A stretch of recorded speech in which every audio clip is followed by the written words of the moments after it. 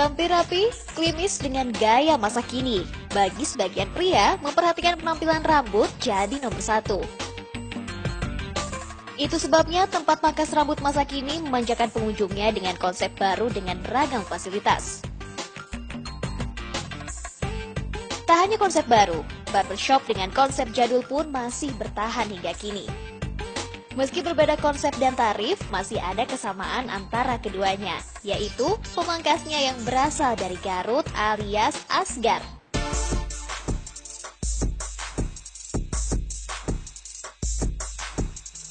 Bagi warga Kampung Pendai, Desa Banyuresmi, Kabupaten Garut, aktivitas memangkas rambut memang sudah berlangsung sejak dahulu. Termasuk bagi Ada Suhada. Berjalan kaki, masuk gang keluar gang, tanpa lelah menawarkan jasa cukur rambut. Profesi tukang cukur digelutinya sejak tahun 1960-an. Di tahun 2011, ia memilih pensiun dan kembali ke Garut dari perantauannya di Bandung. Berbekal peralatan pangkas rambut jadulnya, Ada mulai memangkas. Banyak gaya rambut yang telah dibuatnya, mulai dari gaya klimis hingga potongan cepat. Baginya, profesi tukang cukur adalah profesi yang tak pernah mati. Jasa pangkas rambut selalu dibutuhkan kaum pria. Meski penghasilannya tak seberapa, namun cukup untuk membiayai kebutuhan rumah tangga, sekolah anak, hingga membangun rumah. Satu, ya, pekerjaannya enteng. Kedua, tanpa beban materi. Yang penting kita ada kemauan keras. Kedua, jujur. Ketiga, disiplin kerja, disiplin di tempat, disiplin pulang. Disiplin buka dan disiplin tutup. Alhamdulillah. Untuk membiayai rumah tangga, keluarga, anak itu alhamdulillah itu lancar. Sehat, nggak kotor, nggak sebangsa jam 8 sampai jam 8. Itu terenaknya masalah pekerjaan berasa jadi tukang cukur. Tidak terburu-buru saat memangkas rambut jadi ciri khas tukang cukur Banyuresmi. Mereka punya pepatah, lalaunan nu penting rapi, yang artinya pelan-pelan yang penting rapi. Ciri khas yang dipertahankan inilah ampuh menjaga keeksisan tukang cukur asli Garut di tengah gempuran pangkas rambut modern atau barbershop. Kalau dulu karena belum subur makmur ya, sampai jalan 4 kilo, 5 kilo, 6 kilo, belum panas, belum hujan, sampai basah semua, sampai capek dulu. Memang kalau dulu memang sangat prihatin nyukur, tapi kalau sekarang alhamdulillah karena sudah canggih, ada roda 2, ada roda 4 dan sebagainya gitu. Pakai angkot juga bisa. Kalau dulu memang sangat prihatin tukang cukur termasuk bapak itu. Memang enak sekarang. Pertama tarifnya besar, tempatnya ya bersih dan sebagainya gitu. Enak memang sekarang.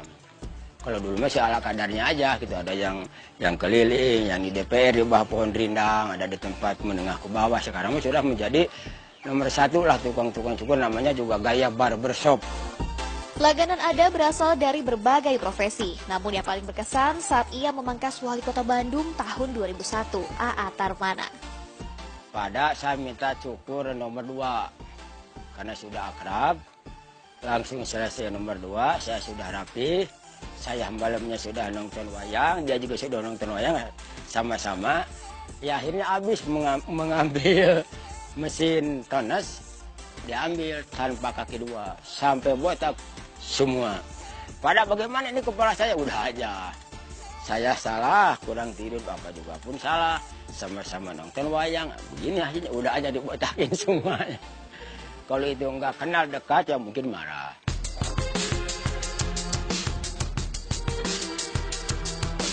Kisah sukses para tukang cukur yang merantau ke kota tak lepas dari cerita para pendahulu mereka yang sukses.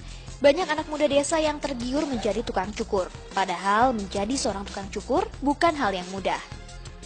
Seorang tukang cukur harus punya bekal yang cukup. Tak cuma kemampuan, namun mental kuat menjadi modal utama. Semakin berkembangnya bisnis pangkas rambut, semakin banyak pula tukang cukur yang dibutuhkan. Hal inilah yang membuat Rijal Fadilah mendirikan rumah pelatihan pangkas rambut sejak 3 tahun lalu.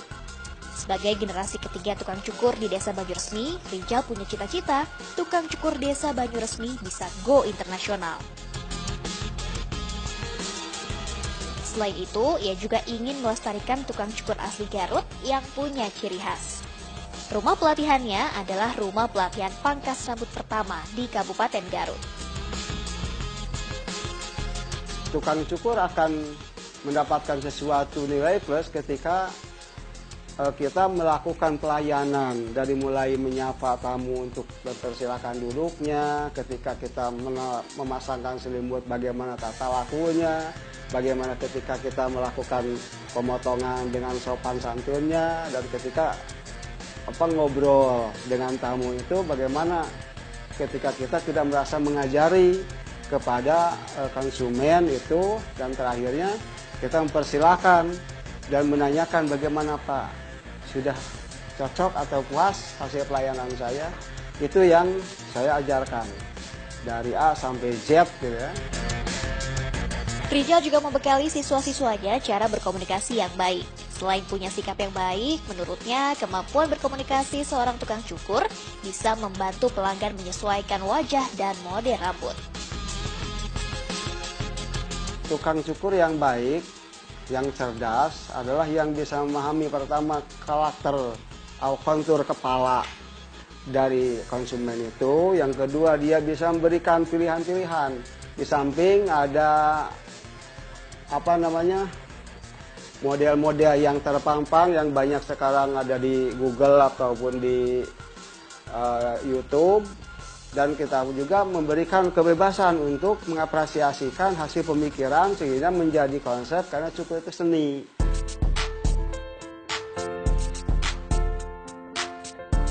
Terinspirasi sang ayah yang juga tukang cukur jadi kebanggaan tersendiri bagi Hafiz. Cita-citanya ingin menjadi tukang cukur seperti sang ayah yang bisa keliling Indonesia. Kan mayoritas di sini itu tukang cukur. Bapak saya juga sendiri itu kan tukang cukur, jadi punya kebanggaan sendiri gitu untuk melestarikan jadi tukang cukur. Jadi sebenarnya kan saya masih mahasiswa gitu, ingin membantu gitu untuk membiayai orang tua, jadi selingan gitu kerjaan di tukang cukur gitu. Hingga kini tak terhitung lagi tukang cukur asli Garut yang mengadu nasib di kota-kota besar. Agar silaturahmi tetap terjaga, Persatuan Pangkas Rambut Garut (PPRG) didirikan. Meski belum lama didirikan, mereka punya visi dan misi mulia, menjadikan tukang cukur asli Garut mandiri, profesional, dan berkualitas demi kehidupan yang lebih baik. Persaingan makin sini itu makin besar. Contoh pangkas-pangkas itu udah mulai terseret istilah namanya ke dunia barbershop. Jadi orang yang baru belajar di pangkas-pangkas pengen masuk ke barbershop. Nah, dalam hal ini kami ingin mereka yang ada di pangkas itu bekerja dengan profesional, dengan kualitas yang seperti barber gitu. Tak hanya dukungan dari anggota saja, dukungan dari pemerintah dirasa penting demi keeksistensian Persatuan Pangkas Rambut Garut ini. Awalnya sih kami masih swadaya, tapi kan untuk kedepannya pemerintah juga harus memperhatikan kami. Karena kan di Banyu Resmi ini mayoritas tukang cukur. Sampai sekarang belum ada itu bantuan dari pemerintah gitu. Pinginnya kami itu, karena kami ini didaftarkan ke Kesbang, ya pemerintah menjalin atau membantulah misalkan kegiatan kami dalam bidang sosial, dalam bidang pelatihan gitu. Tolong dirojong gitu kan. Istilah bahasanya dirojong. Dibanding sektor pertanian yang merupakan mata pencarian warga desa Begendit, tukang cukur adalah penyumbang pendapatan terbesar di Garut. Jasa tukang cukur yang merantau ke kota-kota besar tidaklah kecil. Uang yang diberikan inilah yang jadi angin segar bagi warga di desa. Desi Juliani, Hugi Pramudia, melaporkan untuk NET.